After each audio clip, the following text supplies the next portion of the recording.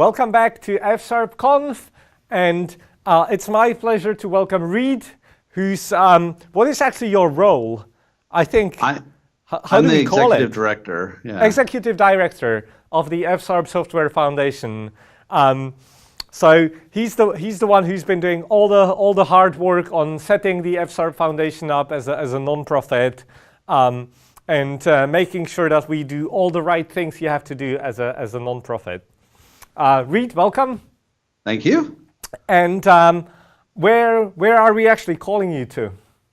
I'm in Washington, about 2 hours north of you right now, so kind of near the Canadian border. Ooh. How is the weather? Is it as bad as here? Pretty similar. Cold and wet. Cold and wet. Sounds good. Sounds good. So let me move over here, and I'll see what questions we've got. So if this is really a Q&A session, and I have the fsharpConf 2018 Slack channel open. So if you have any questions about the F-Sharp Foundation, join the Slack and ask there. I'm also monitoring what's going on Twitter. So if you tweet with the fsharpConf hashtag or at the fsharpConf, we'll see it. If you have any questions about the F-Sharp Foundation, do join us, and I'll probably start with a sort of pretty general, basic question. Do you actually know how long has the F-Sharp Foundation been around? What are sort of the main things? Why does it exist, and so on? For those who don't really know what it's all about. So the foundation started informally, as you well know, back in 2012, and in 2014 we became an actual nonprofit based in the United States. It was started to basically protect and promote F-Sharp in general. So we provide space for the community for things like the Slack channel and trying to help communication and get people together. We do a lot of educational related programs, and then we also have some support on GitHub for keeping things going. But a lot of it is just trying to kind of grease the wheels and make sure that F-Sharp can keep growing and the community can keep growing and people can connect with each other and learn as much as possible, as easily as possible. And so we've been going since 2014 and been every year adding new programs. So now we've got the mentorship program just finished another round where people can go in and do one-on-one mentorships with F-Sharp developers. And that can be everything from brand new people to, like as Odie was talking about earlier today, we have some people who end up going through the program and doing direct work on F-Sharp on the language itself.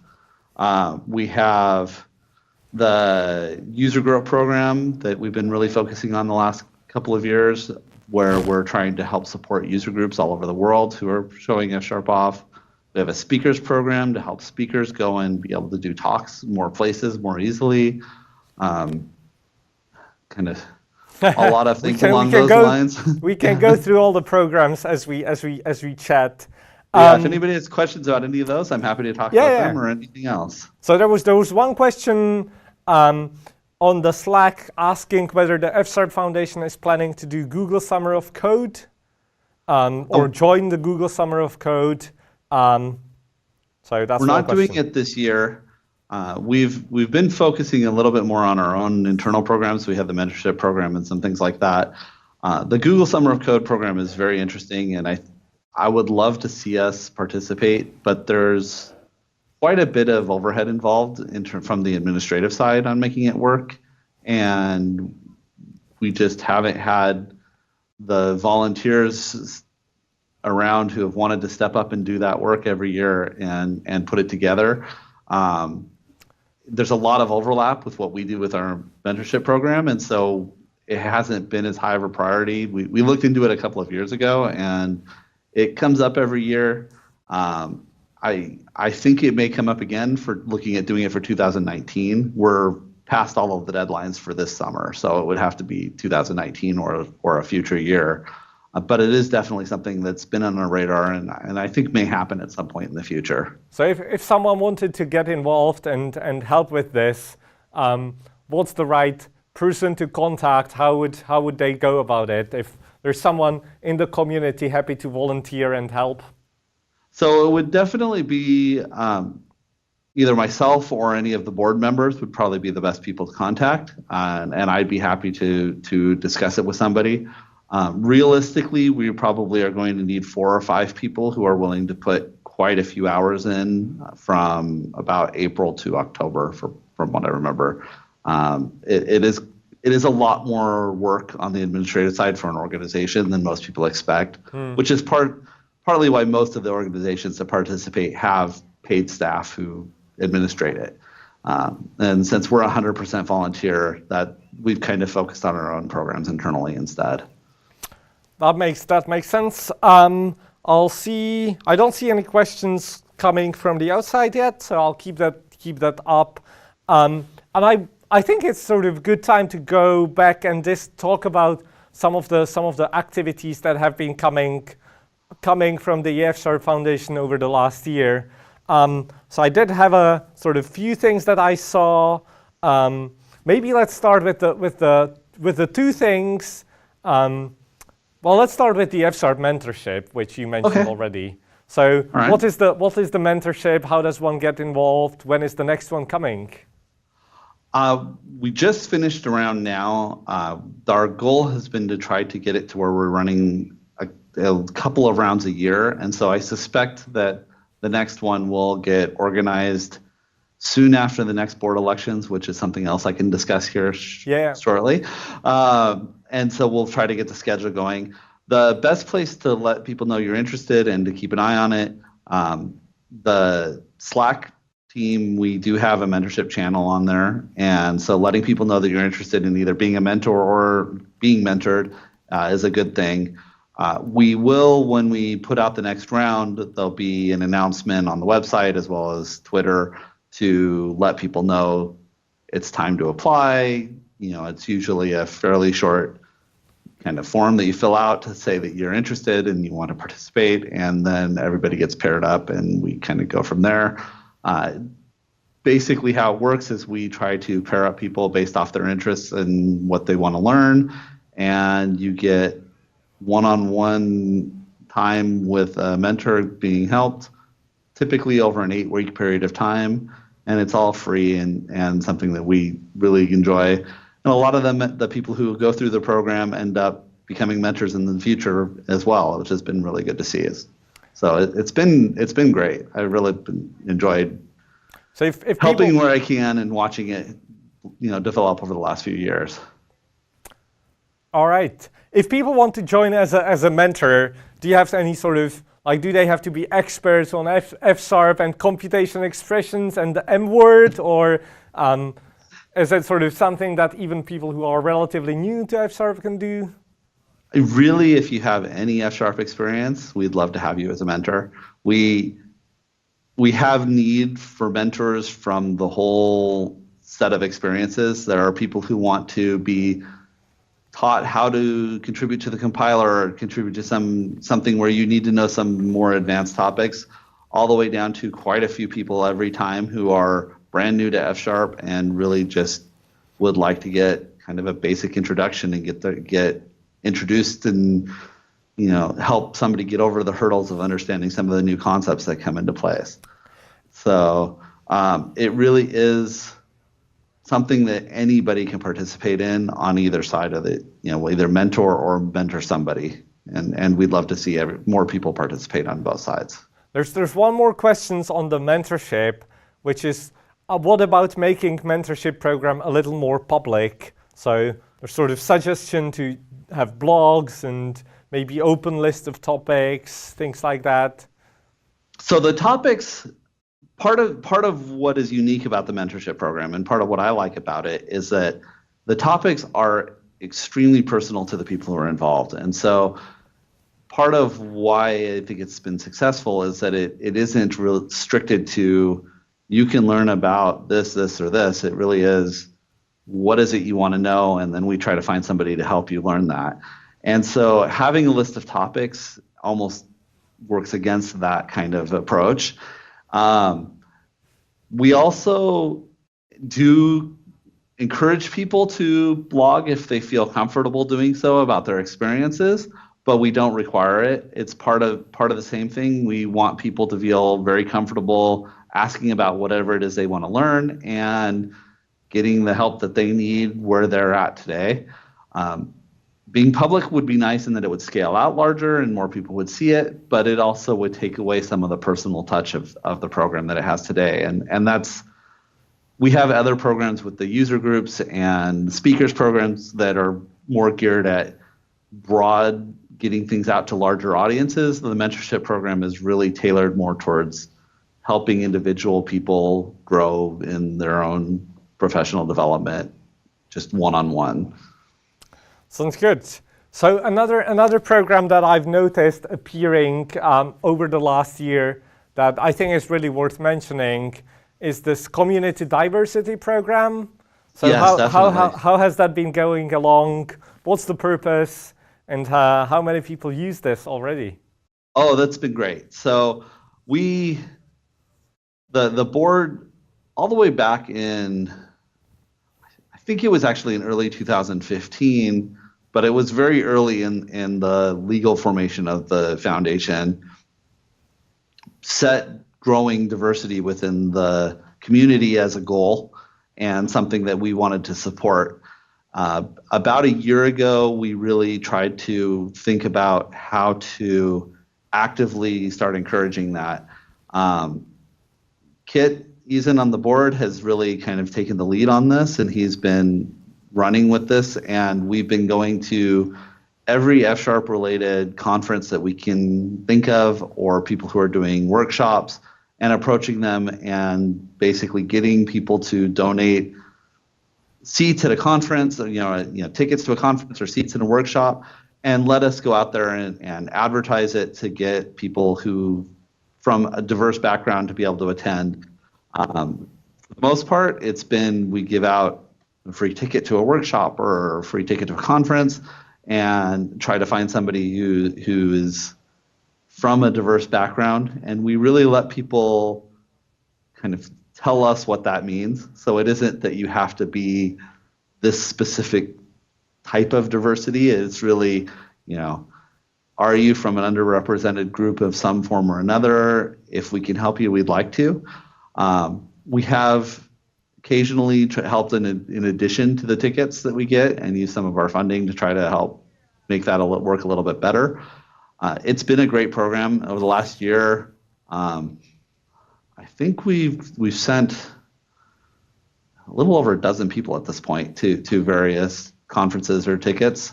And the rate in which we've been getting offers from conferences or from other people doing workshops, letting us help give out these tickets has been kind of going up as the program's been more successful. So I expect over the next year to have quite a few more.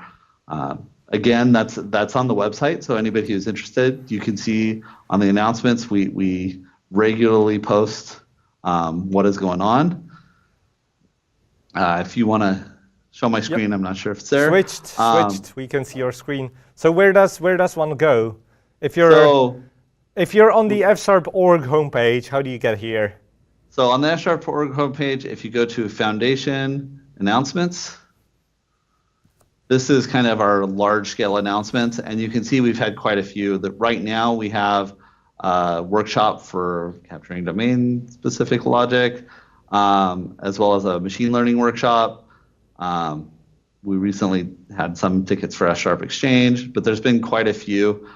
They get announced here. They also get announced on Twitter. They get announced on the F-sharp Slack. We try to put the word out as much as we can. And when you look at these announcements, they kind of say, this is what you do to apply, and what we'll offer and what we can and can't do to help you and things like that. So all the details are on these pages. I definitely recommend anybody who would like to try to attend some more workshops or learn more about F-sharp, keep an eye on the announcements page or on Twitter and see what we can do to help you. Sounds good. So I guess we're sort of halfway through. So I'd like to chat about one thing that I think is a sort of big thing coming up next, which is the board elections. So Correct. The F# Foundation has a board which does a lot of the work that we've been talking about. How does this actually work? What is the board responsible for? And how is it decided who's on the board?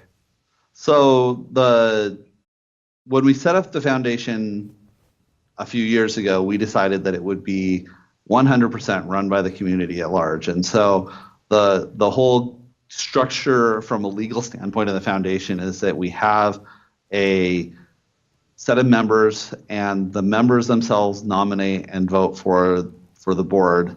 And the board of trustees, of which there currently are 9 members, is elected each year, and they basically determine the kind of overall goals and vision of the foundation and where it's going to be going.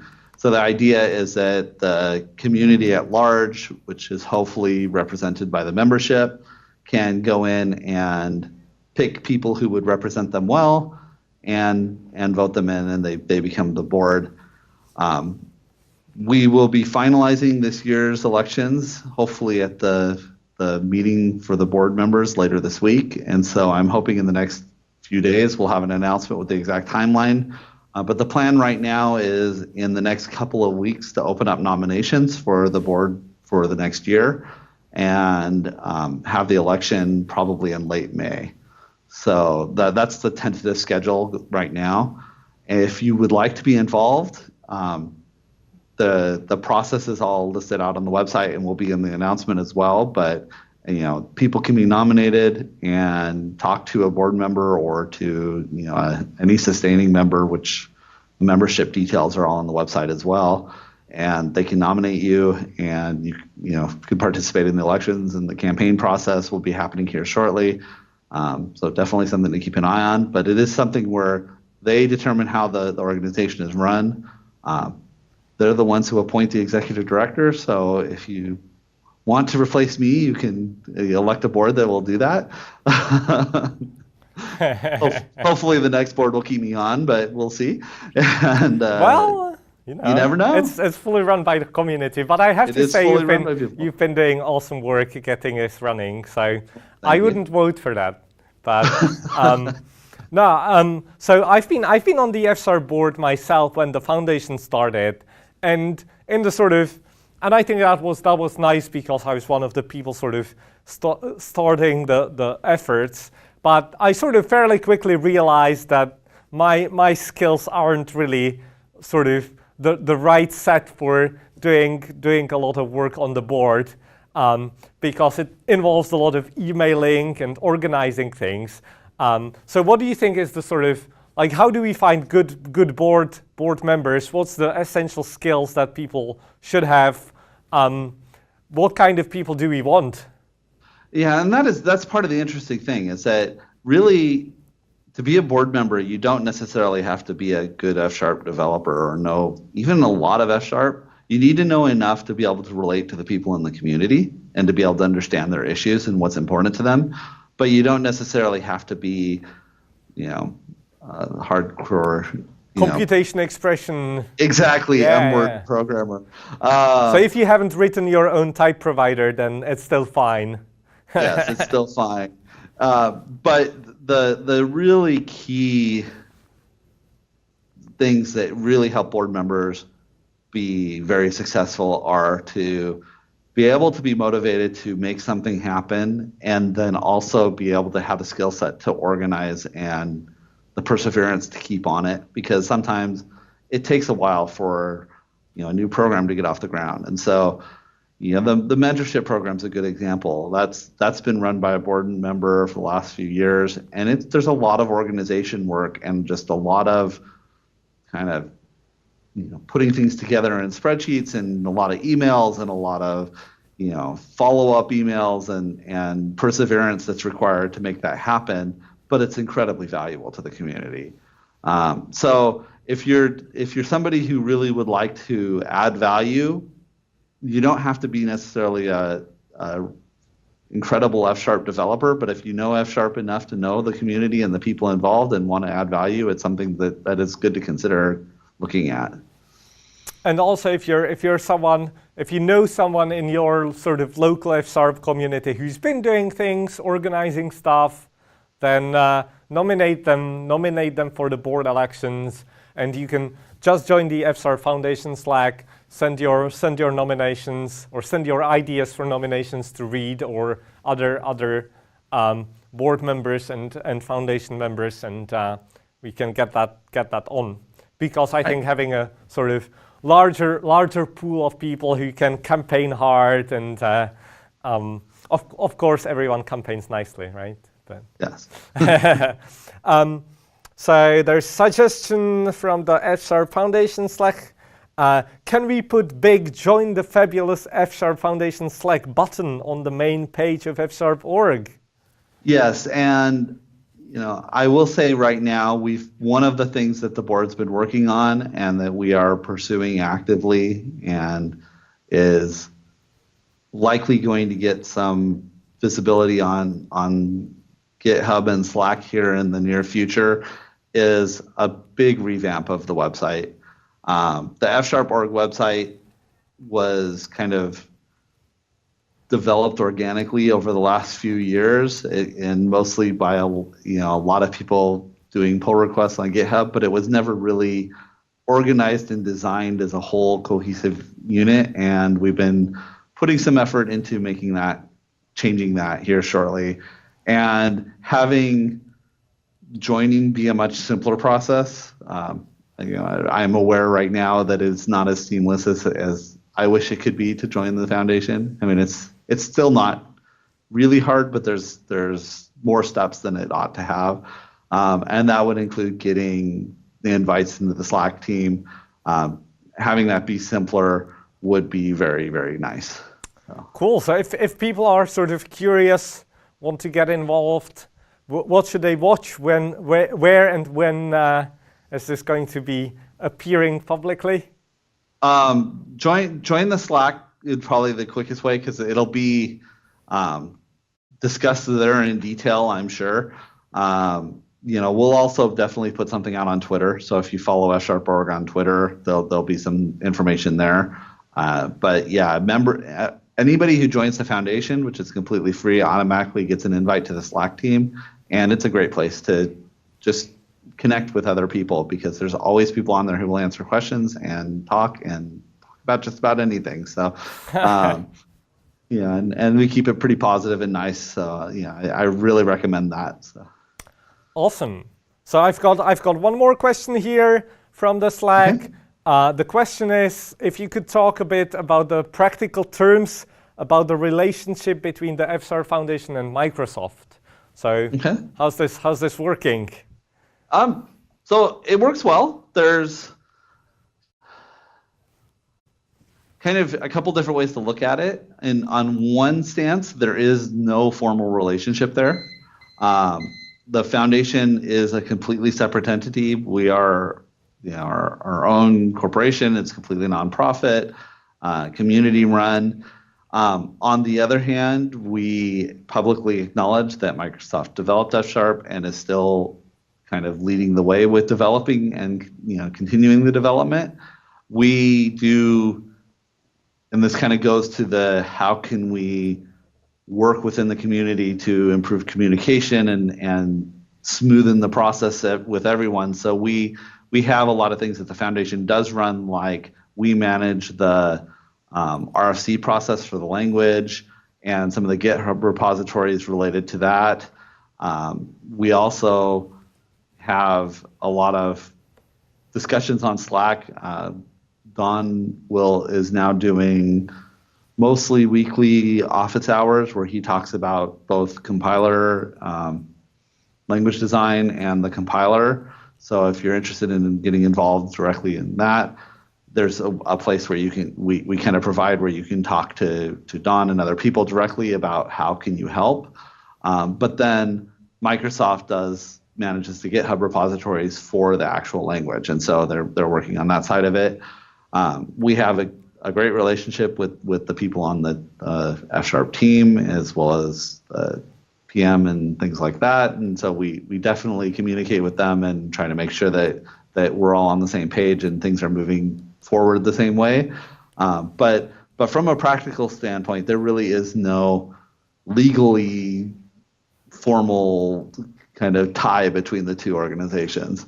And that's somewhat on purpose. We wanted to be independent and have another thing that people can see is independently kind of keeping F# safe. And so we have our own copies of the F# repository for cross-platform usage, and that provides a level of safety out there as well.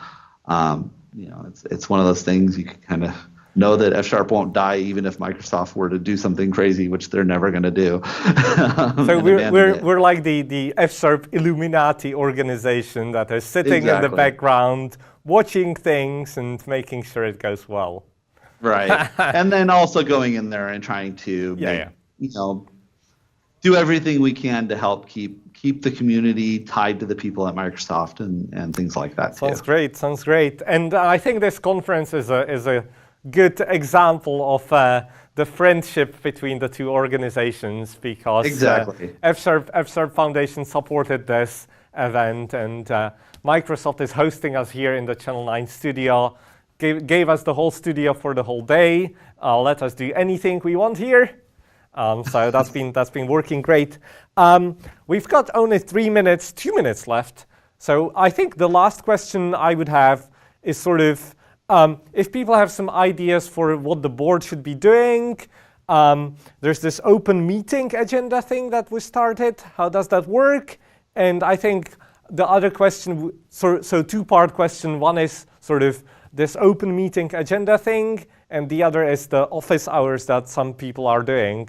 So what's the best way to sort of get in touch with the board and with some of the board members? So the best way to get in touch with the board or the board members really is join the foundation. And I really recommend anybody who's using F# or interested in F# join the F# Software Foundation. It's completely free to join. It takes a couple minutes. And all of the board members are on Slack. They're all incredibly nice people and all very willing to talk to you if you have questions. Do you actually remember when do the office hours run? Because I know a few of the board members do run regular office hours. Matthias runs his on Fridays. That's the most regular one. There are other board members who run them on somewhat less regular schedules on different days of the week. The Friday one seems to be the most attended, and so that, and he's typically other board members are there as well, and I'm often there too. So that's often the most consistent one is Fridays. I believe it's around 1700 UTC, 1800. Yeah. Sounds about right. Right in that time frame. That being said, there's also a GitHub page under GitHub/F#. That's FSSF Ask the Board. This is a repository where you can ask the board any questions you want. And they will answer any questions they want. They will go in here and answer them. And it's a place for people to go in and have discussions about things. The nice thing here is that, the board definitely always looks at these, and they get discussed in meetings. And so if you have something that you want to make sure the entire board sees, putting it there is a good place, and it'll get discussed and you'll get some response. So that's up there.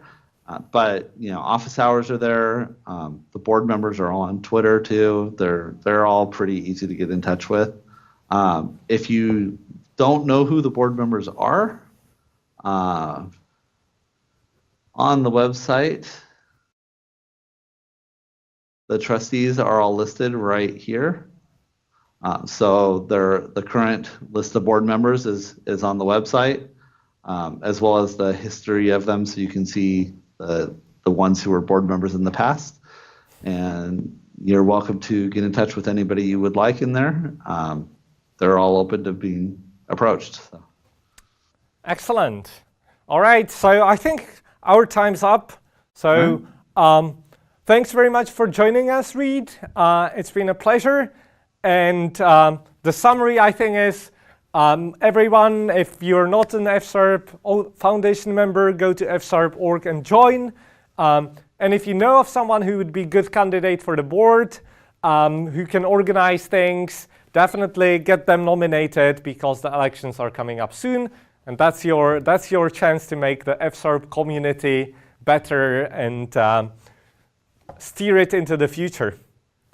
Great. Thanks, Thank you, Reed. Thomas. And we will be coming back to you in a minute with a double act talk by Will Smith and Tanner Gooding, talking about games and more specifically a bit of FOOM and fsharp and hardware intrinsics. See you soon.